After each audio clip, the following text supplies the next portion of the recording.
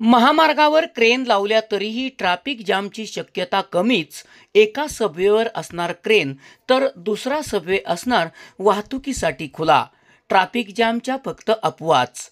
महाराष्ट्रातील एकमेव युनिक उड्डाणपूल कराड येथे होत असून या पुलाचे काम अंतिम टप्प्यात आले आहे. ढेबेवाडी फाट्यावरील उड्डाणपुलाचे सेगमेंट बसवण्याचे काम पूर्ण झाले असून पुलाची जोडणी पूर्ण झाली आहे. दरम्यान हे सेगमेंट बसवण्यासाठी लावण्यात आलेला लॉन्चर काढण्यासाठी भल्या मोठ्या क्रेन ढेबेवाडी फाट्यावर लावण्यात येणार आहेत.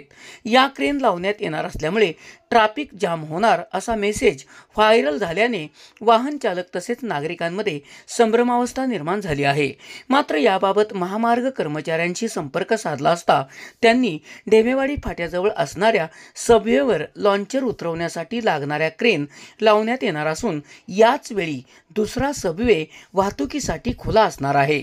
यामुळे महामार्गावर ट्रॅफिक जाम होण्याच्या शक्यता कमीच असल्याचे मत डीपी जैन कंपनीच्या कर्मचाऱ्यांनी व्यक्त केले.